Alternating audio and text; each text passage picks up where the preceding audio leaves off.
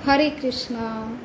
आज पवित्र श्रावण मास के कृष्ण पक्ष की एकादशी अर्थात कामिका एकादशी, ये विशेष आज जो है पर्व है। और इस कामिका एकादशी के उपलक्ष्य पर यहाँ पे जानेंगे कि ये एकादशी का लाभ क्या होता है।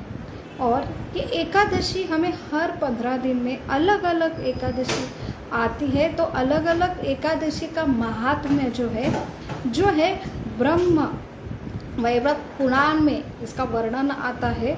और वही दोनों का संवाद आता है, जो है युधिष्ठिर महाराज वासुदेव कृष्ण को ये पूछ रहे हैं कि श्रावण मास के कृष्ण पक्ष की एकादशी का नाम क्या है और इसके लाभ क्या होते हैं। तो यहाँ पे ये हर 15 दिन में एकादशी आती है, और जो एकादशी करने के लिए जो जन कल्याण हेतु स्वयं युधिष्ठिर महाराज जो एकादशी के लिए इतने जो हमेशा बहुत ही व्रत करने के लिए सब अपने राज्य के जो जनता के लिए इतने वो उनकी निष्ठा है, और फिर भी सब ऑलरेडी उन्हें पता है और वो सब खुद उसका पालन करे, वो इतने सीरियस है उसके लिए, और फिर भी जैसे कुछ पता ही नहीं है वैसे पूछ रहे हैं कृष्ण को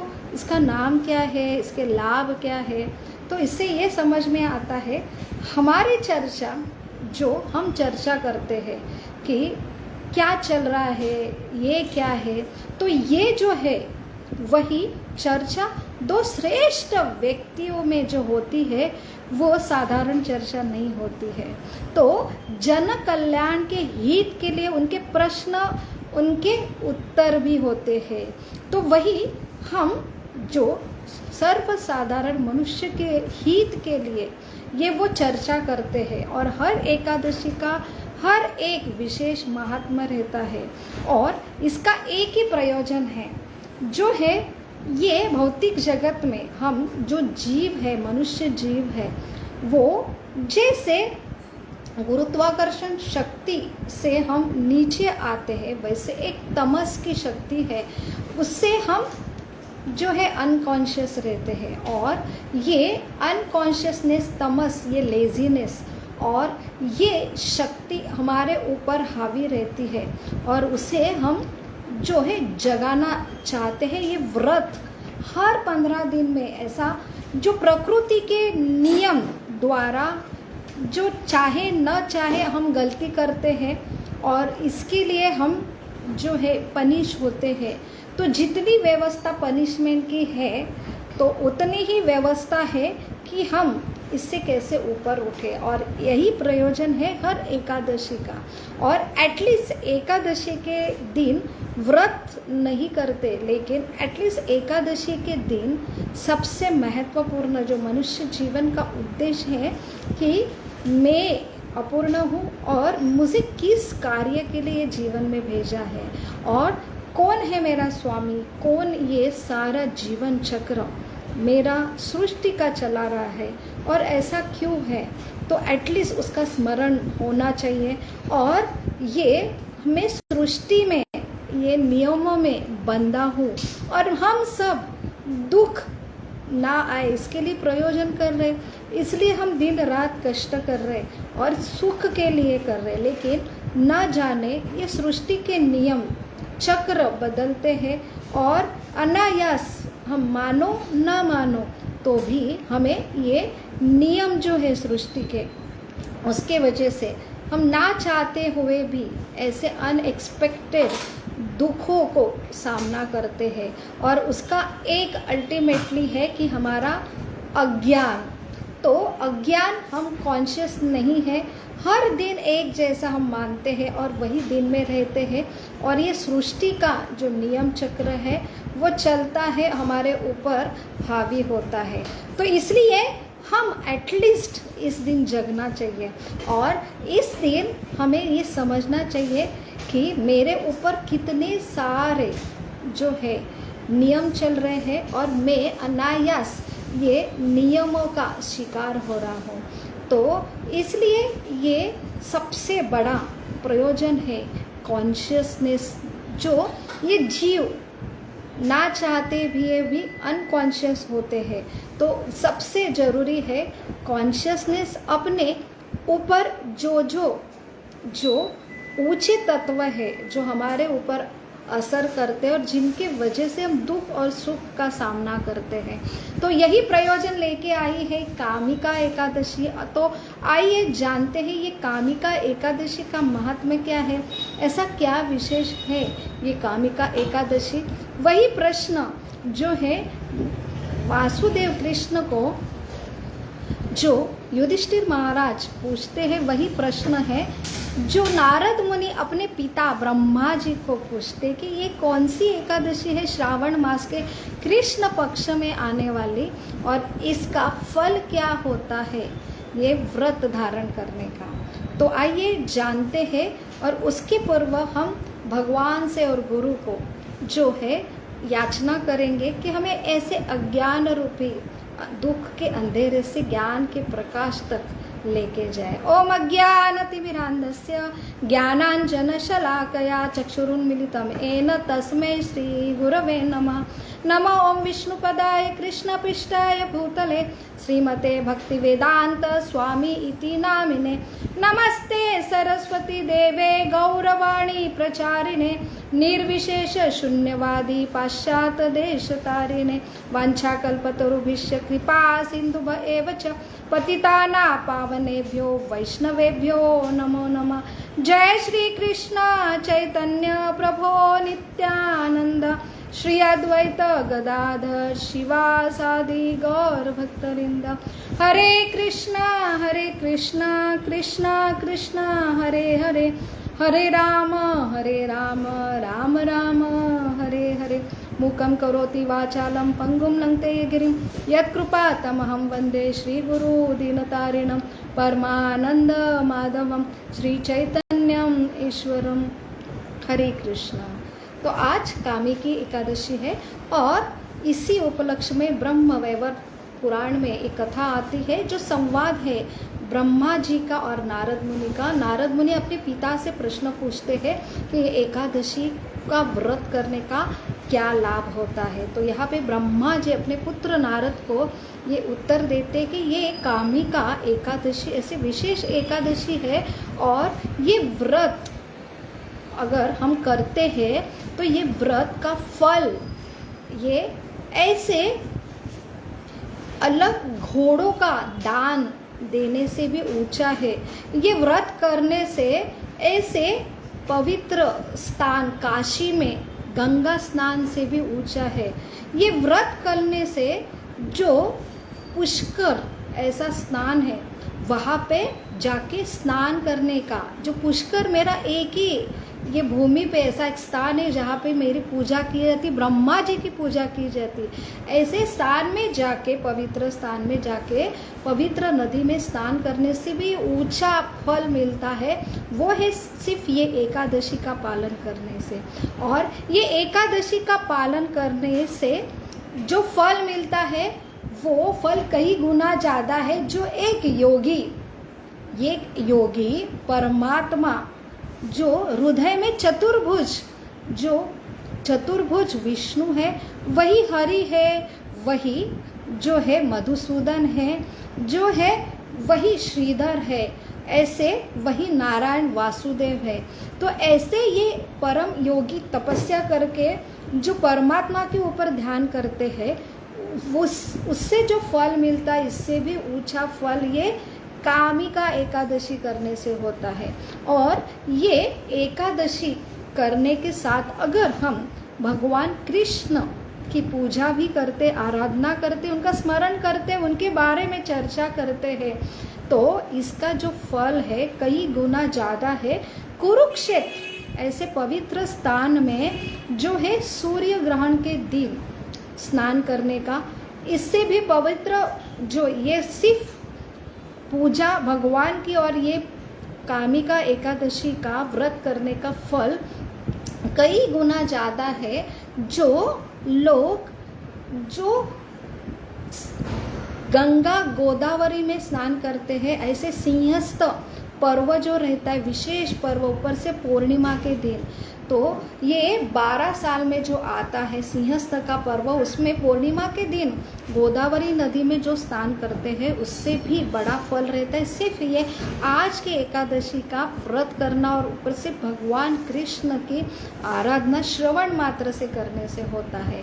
यही जो व्रत है वो जो है बहुत बड़ा फल देते हैं, उससे भी बड़ा ऊंचा जो व्यक्ति जो गाय का दान देते हैं, ऐसे दूध जो देने वाली गाय का जो दान देने से भी श्रेष्ठ दान है, ऐसे सोना दान देने से भी श्रेष्ठ है ये एकादशी का व्रत। और जो भूमि दान देता है, पूरा पृथ्वी ऐसी इतनी बड़ी भूमि दान देता है, उससे भी ऊपर का फल है सिर्फ आज की कामिका एकादशी अगर हम करते हैं तो।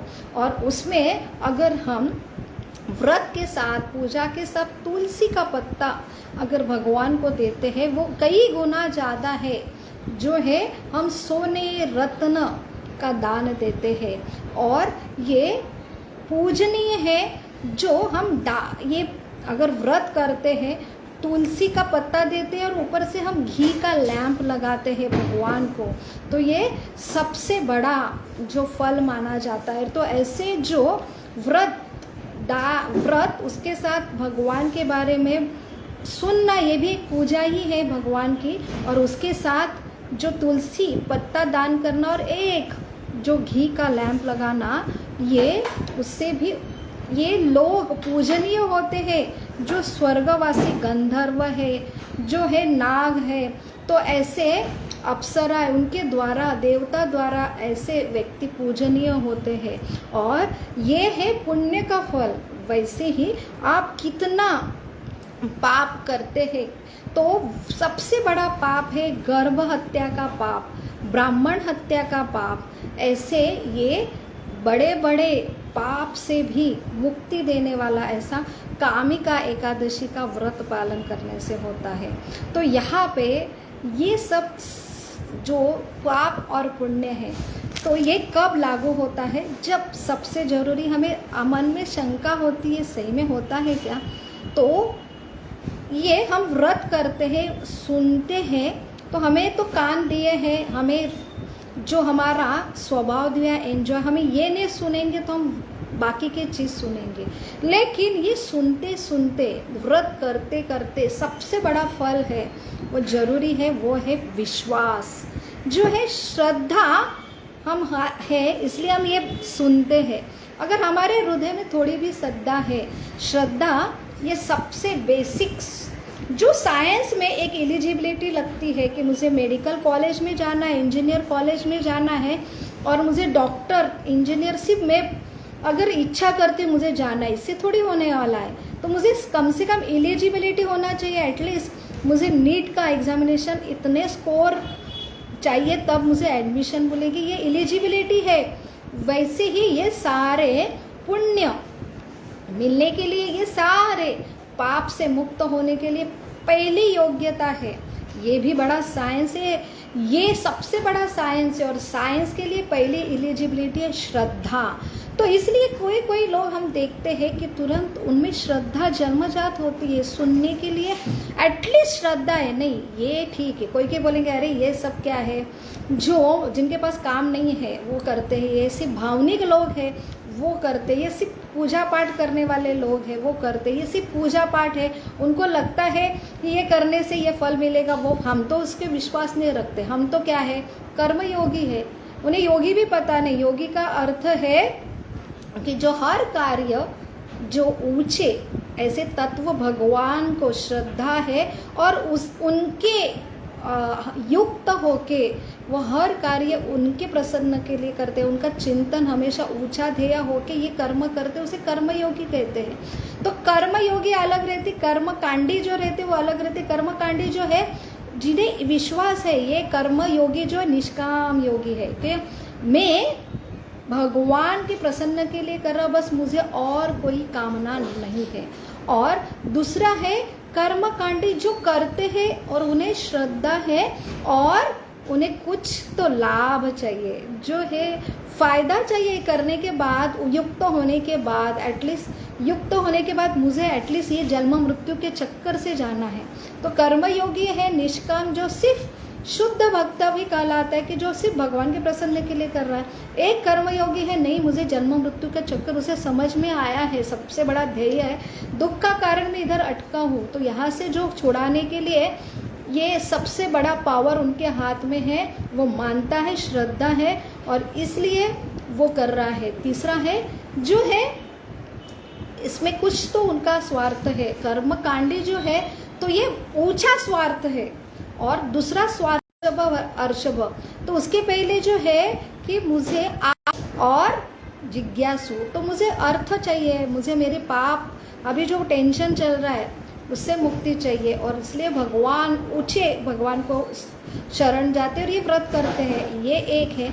और दूसरे जो है कर्मकांडी जो कृष्ण ऊंचा तत्व को नहीं सरेंडर करके यही मांग जो है, मुझे अर्थ चाहिए, मुझे दुखों से कष्ट चाहिए, देव देवता की उपासना द्वारा करते हैं, तो यह है कर्मकांड। और ऊंचे नीचे जो लोग हैं वो ये मानते ही नहीं, वो बोलते हमें श्रद्धा ही नहीं, ये सब अंधश्रद्धा है। हम कहाँ है, कौन बोल देखता है पाप होता है, पाप का मोजमाप है, हमें समझता है, दिखता है। तो किसने बोला, ये ना मनुष्य ने ना अच्छा कर्म करना चाहिए, मनुष्य ने बुरा कर्म नहीं करना चाहिए। इसलिए बहुत जो ऐसे ऋषि मुनियों ने ना ये मनुष्य जीवन में ऐसे ये लगा के रखा है। तो हम तो ज्ञानी है, हमको मालूम है, हमारा कॉन्शियसनेस हमेशा रहता है कि ये बुरा काम, तो पाप क्या है, बुरा नहीं करना किसका, हम अपना चल रहा है, ये पाप है, हम पाप करते ही नहीं है, तो पुण्य जटाने के लिए व्रत क्यों करें, ये क्यों पालन करें, बहुत तकलीफ है, क्यों माने। एटलीस्ट एकादशी के दिन नॉनवेज तो नहीं खाते हैं ना, तो ये धारण। और कोई है ये साधारण व्यक्ति जो सिर्फ क्या है, कर्म ही पूजा है, उससे भी नीचे है। किसने देखा ये एकादशी के वजह से नॉनवेज खाने से कुछ पाप लगता है हमारे लिए सब दोनों। और ये जो प्राणी है वो तो भगवान ने तैयार किया है ना, अगर हम नहीं खाएंगे तो इतनी उत्पत्ति बढ़ जाएंगी, उनका क्या, हम भी तो उनका ही काम कर रहे हैं ना। तो ये है ना सब, नहीं तो ये योनि नष्ट हो जाएंगी।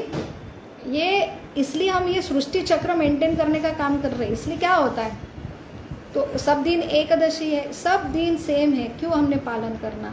तो ऐसा ये कैटेगरी का लोग है, तो इसमें उनको थोड़ी भी श्रद्धा नहीं है। तो श्रद्धा होना ना होना ये जन्मजात हम देखते हैं, बहुत श्रद्धा होती है और कम स्तर की होती है, उसके बाद नीचे होती है। जैसे जैसे श्रद्धा होती है वैसे वैसे वो इंसान अपना जो उद्देश्य और उसी हिसाब से जीवन व्यतीत करता है।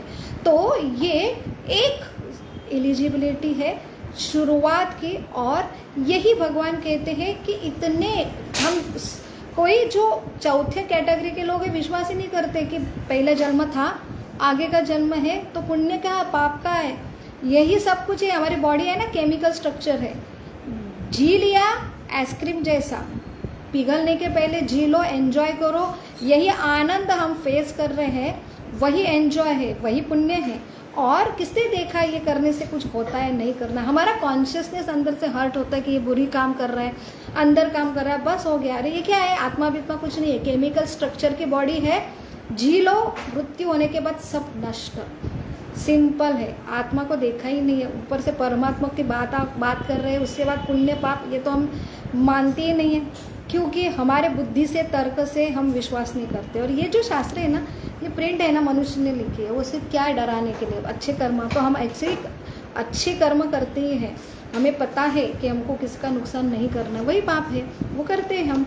तो ये जो श्रद्धा है, तो हम पुनर्जन्म, पहला जन्म था, अगला जन्म होने वाला है, कोई तो हमारे ऊपर निगरानी रखने वाला है, ये सब होता है, इसके ऊपर विश्वास ही नहीं तो क्या बात है।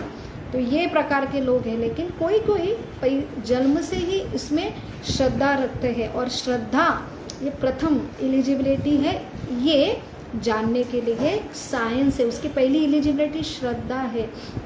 इसलिए भगवत गीता में भगवान कहते हैं कि ये श्रद्धावान लोग हैं, ये 4 चीज़ के लिए आते हैं, और ये बिल्कुल श्रद्धा नहीं है, कभी शरण नहीं आते हैं। कौन लोग हैं वो, तो 7वें अध्याय में जो है 15वें नंबर के श्लोक में भगवान कहते हैं कि ये जो नमा दुष्कृतो नो मूढ़ा, जो ऐसे मूढ़ लोग हैं वो कभी मेरे जो है प्रपंदते नराधमा, ऐसे मूढ़ लोग और नराधम कभी प्रपंदते, कभी शरणागत नहीं होते हैं। मुझे मानते ही नहीं, तो शरणागत का अर्थ है ये सुनना, उसके ऊपर वो क्रिया करना। तो श्रद्धा है तो सुनेंगे, उसके बाद हम क्रिया करेंगे, उसके बाद आगे हमारे बढ़ेंगे स्टेप्स। तो ऐसे लोग माया अपत ज्ञानम आसुरम भाव श्रिता।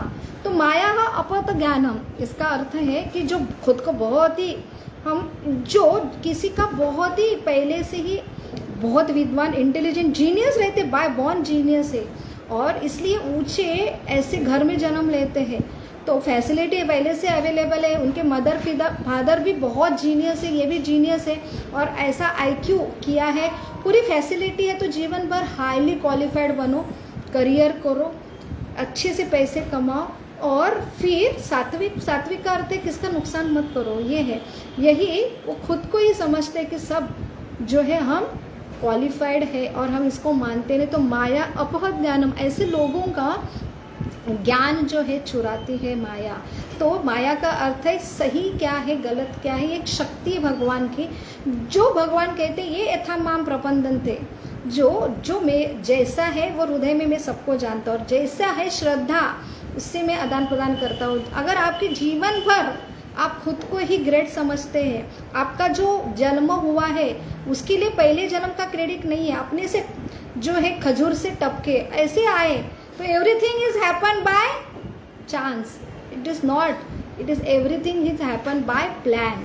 तो सब कुछ प्लान से होता है, हमारा जन्म भी प्लान से, हमें जो आज मिला है वो भी हमने जन्म पहले कर्म से किया है, और जो कुछ आज करेंगे वो अगले आज जन्म डिसाइड करेंगे। इसको ऊपर वो विश्वास नहीं करते, आज मुझे ये कुछ मिला है इसको क्यों नहीं मिला, इसके ऊपर भी उनके सोच नहीं। ऐसे लोग अश्रद्धालु लोग, ये ऐसे ही उनकी श्रद्धा ही ने तो जीवन भर में उनको ऐसा अंदर से श्रद्धा देता वो तैयार करने की कि मेरे ऊपर वो अश्रद्धा ही रहेंगे, नास्तिक ही रहेंगे, मेरा विरोध ही करेंगे, और अल्टीमेटली इतने सारे जो डिग्री मिली है, इतने सारे जो अवार्ड्स मिले, इतने सारे फेम मिला है, वो जितना कुछ मिला है वो जीरो के जीरो ही अंत में रहते हैं, क्योंकि उसके सामने जो सुप्रीम जो है वो सुप्रीम ज्ञान है, सुप्रीम जो विज्ञान है और सुप्रीम श्रद्धा है जो है कृष्ण,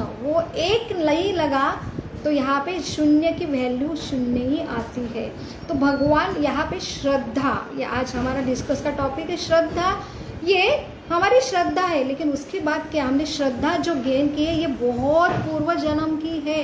तो इसलिए भगवत गीता में 7वें अध्याय में जो 28 नंबर का श्लोक आता है कि तेषां त्वम अंतगतम पापम जनानाम पुण्य कर्माणाम, तो सब पाप नष्ट होते हैं, ऐसे पुण्य सुकृत होते हैं द्वंद्व से, जब ऐसे द्वंद्व से, ईर्ष्या द्वेष के द्वंद्व से जब व्यक्ति परे जाता है तब ये समझ में आता है। तो हम अगर आज समझ रहे हैं तो ये हमारा पहले जन्म का इतना सारा संचित है और इतना हमने उसके साइंस बेस्ड स्टडी किया है, इसलिए वो हमारे ये जन्म में कैरी फॉरवर्ड हुआ है। सब जीरो होता है, बस यही पास होता है। इसलिए कोई लोगों को तुरंत श्रद्धा होती है, कोई बहुत तत्पर होता है ये समझने के लिए, कोई ऑलरेडी प्रोसेस में है ये भक्ति योग के, और किसको तो बिल्कुल श्रद्धा नहीं है। ये क्यों होता है? तो ये ट्रांसफ़र होने की वजह से। और आज हमें मिला है तो हम आगे क्या, तो सिर्फ श्रद्धा ही सुन रहे लास्ट एंड पे सुनते ही रहेंगे श्रद्धा ही, लेकिन उसके आगे जो प्रोसेस है श्रद्धा के बाद, तो श्रद्धा और विश्वास और निष्ठा में क्या अंतर है।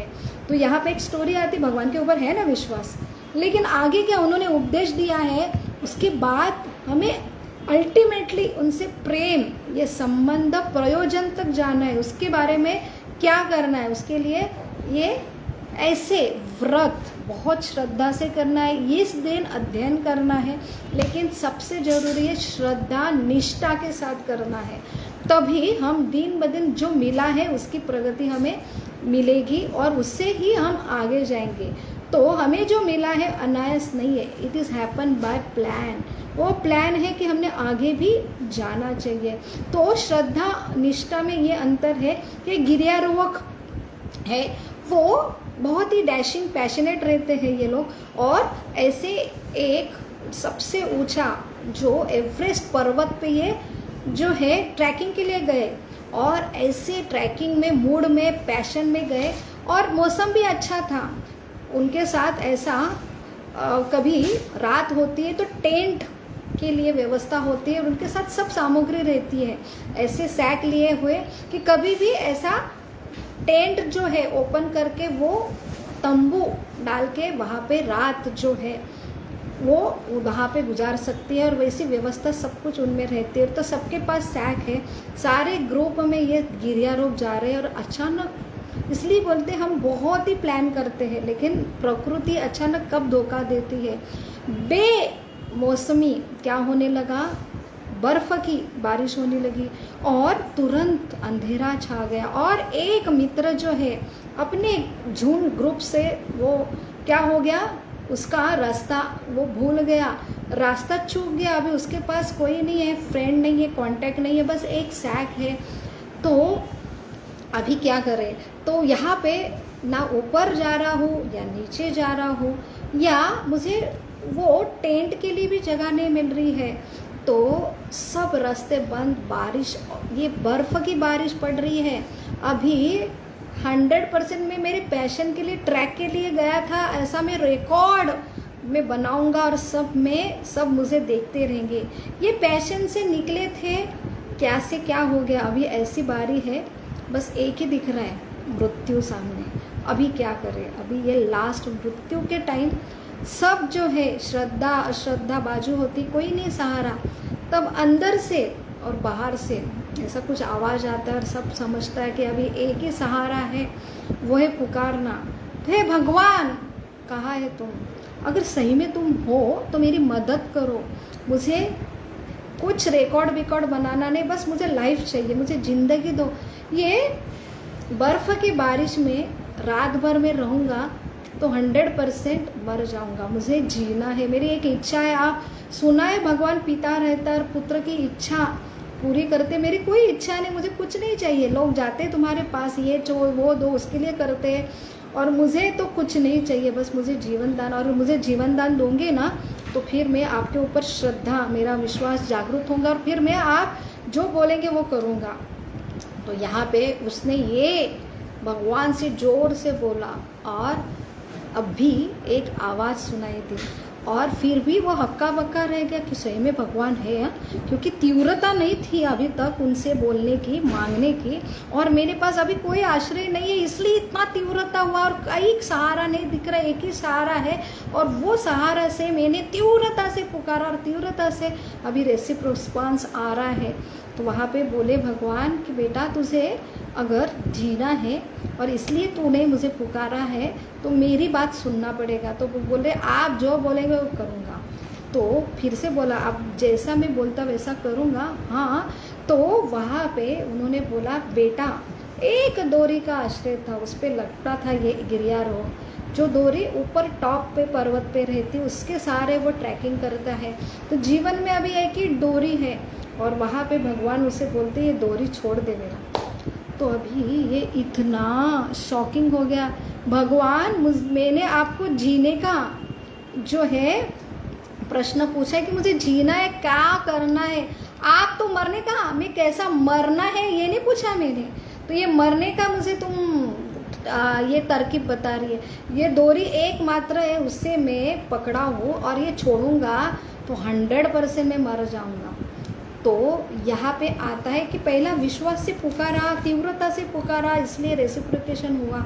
लेकिन जब सॉल्यूशन दिया ना भगवान ने, उसके लिए अभी विश्वास ही है, निष्ठा नहीं है कि ये मेरे पिता हैं जो कुछ सॉल्यूशन दे रहे हैं, वो 100% मेरे तर्क से नहीं समझ रही है। जीने का तर्क है, जीने का सॉल्यूशन है कि मरने का सॉल्यूशन है, लेकिन वो मेरा पिता है, जो कुछ बोलेगा ये समय में बोलेगा, वो मेरे लिए जो है अच्छा होगा। और ये जो बोल रहे हैं मुझे नहीं समझ रहे आ रहा है अभी, लेकिन वो मेरे लिए, तो इसे ये है श्रद्धा, उसने पुकारा, और निष्ठा है, जो कुछ बोला है वो करना है ब्लाइंडली, और जो है कि निष्ठा से, विश्वास से, बिना कोई संशय लिए, तो उसका श्रद्धा ही थी, विश्वास निष्ठा तक पहुंचा नहीं था वो, और इसलिए वो डोरी पकड़ के ही रहा। और एंड में सवेर हुई, उनके मित्र खोज करते आ गए और वहाँ पे उन्होंने देखा कि अपना जो मित्र है वो सिर्फ ज़मीन के जो है 10 फुट के अंतर से है, और वहाँ पे वो मृत अवस्था में है, लेकिन डोरी अभी भी पकड़ी हुई है। तो वहाँ पे एक छलांग लगाता, डोरी छोड़ के तो ज़मीन पे आता है, सब रास्ते खुले हो जाते, लेकिन विश्वास नहीं है, निष्ठा नहीं है। तो वही हमारी गति है, श्रद्धा है, भगवान के ऊपर व्रत कर रहे, लेकिन ये सब बोला है उतने निष्ठा से नहीं करते, इतना निष्ठा से अध्ययन नहीं करते हैं। इसलिए हमारी जो डोरी है, भगवान बोलते हैं कि ऐसी चीज़ मत करो, कैसे जो है सेंस एंजॉयमेंट के जो चीज़ है, जैसे भगवान बोलते हैं ये सारा जो है आप कर रहे हैं वो दुखदाई है, और ये चीज़ छोड़ो। तो हमें लगता है छोड़ना माने ये सारे ना अध्यात्म वाले सिर्फ बोलते ये छोड़ो वो छोड़ो, भगवान बोलते वो छोड़ो। भगवान ये डोरी है जो हमें पकड़ के रखे है। तो ऐसा ये चीज़ व्रत में ये करना है, नॉनवेज छोड़ना है, ये छोड़ना है। अरे क्यों छोड़ना है? उससे तो प्रोटीन्स मिलता है, हेल्थ अच्छी होती है, हार्ट अच्छा होता है, और सबसे जीवा की टेस्ट होती है। ये छोड़ने के लिए बोलते हैं, ये करो नहीं ये करो। तो ये सब क्यों बोला जाता है? इसके ऊपर अभी भी श्रद्धा है, सुनते हैं लेकिन कर नहीं पाते हैं। जो चीज़ नहीं बोला और जो ऊपर से बोला है कि ये करो, क्या करो? जो है नित्य नियम से आप सुनते हैं, आप पढ़ते भी है, लेकिन नित्य नियम से जो है योग, जो कलियुग में योग बताए, जिससे हम ये श्रद्धा, आदो श्रद्धा से हम सुनते हैं, जो है साधु संग करते। साधु संग का अर्थ है यही बातें, ऐसे श्रद्धावान लोगों के साथ आके भगवान के बारे में सुनते हैं। क्या होता है? श्रद्धा के बाद साधु संग, जो हम सब कर रहे हैं। साधु संग के बाद भजन क्रिया होनी चाहिए। भजन क्रिया का अर्थ से कीर्तन करना, घर करते हैं ना भजन, एकादशी के दिन सुनते हैं एटलीस्ट, तो वो भजन क्रिया नहीं, वो सीरियसली भजन क्रिया है। वो है हरे कृष्ण महामंत्र, जो योग का महामंत्र है। नित्य रूप से जो है हमने ये योग प्रोसेस है कि माला के ऊपर 16 माला अक्षर का नाम लेना चाहिए। हरे कृष्णा कृष्णा कृष्णा हरे हरे, हरे राम राम राम हरे हरे। तो ये स्वयं युग पुरुष चैतन्य महाप्रभु ने हमारे योगा प्रोसेस के लिए दिए हैं, लेकिन वो नित्य रूप से होना चाहिए, माला के ऊपर होना चाहिए, संख्या पूर्वक होना चाहिए, जो है सही में हमारा शरीर का स्वास्थ्य, मन का स्वास्थ्य, जो स्वास्थ्य के साथ अहम शरणागति, ये श्रद्धा बढ़ा के भजन क्रिया करते हैं, तब क्या होता है? अनर्थ निवृत्ति। हृदय में काम, क्रोध, लोभ, मद, मत्सर, ये सब हम भगवान से अलग हैं, हम कुछ विशेष है, इसलिए ये सब जमे हैं, वही दुखों का कारण। फिर अनर्थ निवृत्ति होती है, उसके बाद जो निष्ठा जागृत होती है कि ये करना है पूछना नहीं, ये नहीं करना है, करना ही है। तो वो पीता है और मेरे लिए क्या है वो कर रहे हैं, ऐसे शरणागति गुरु पे लेते हैं और उसी निष्ठा से करते। कितना भी कुछ संकट हो, करना है, वो निष्ठा है। उसके बाद जो आसक्ति होती है ये चीज़ करने के लिए, फिर रुचि उत्पन्न होती है, फिर भाव उत्पन्न होता है, और लास्ट में जो है भगवान के प्रेमा भक्ति मिलती है, वो है जीवन का। ये प्रेमा भक्ति मिलती है तो बाकी जो है अपने आप, जो हमारे लिए, जो आज हमें नेक्टेरियन लग रहे हैं, हमें नहीं मालूम है, बुद्धि को ये अच्छा नहीं है, लेकिन हम उनके द्वारा मजबूर है कि हमको ये अच्छा लग रहा है, ये संगति अच्छा लग रहा है, ये चीज़ अच्छी लग रही है, बुद्धि से समझता ही हमारे लिए अच्छा नहीं छोड़ पा रहे। प्रेमा भक्ति जैसे जैसे ऊपर मिलता है वैसे नीचे अपने आप छूट जाता है। तो यही अल्टीमेटली श्रद्धा हमने ये जीवन में मिली है बहुत ही जन्म के पुण्य से, और ये श्रद्धा का उपयोग हम धीरे धीरे हर एकादशी का जो व्रत है उससे हम हर एकादशी में हमारी श्रद्धा के ऊपर साधु संग कितना सीरियसली कर रहे हैं, भजन क्रिया कितना जप सीरियसली रोज कर रहे हैं, उसके बाद हमारे अनर्थ निवृत्ति हो रही है क्या, उसके बाद निष्ठा जागृत हो रही है, जो आसक्ति रुचि प्रेम उत्पन्न हो रहा है, ये स्टेप्स है जो हर एकादशी का पालन करने से होता है। तो वही हमें संदेश दे रही है जो है कामिका एकादशी। बहुत बहुत धन्यवाद। हरे कृष्णा कृष्णा कृष्णा हरे हरे, हरे राम राम राम हरे हरे। तो यही श्रद्धा से निष्ठा से पालन करने के लिए ये एकादशी है, उसके लिए आपको बहुत बहुत शुभकामनाएं। हरे कृष्णा।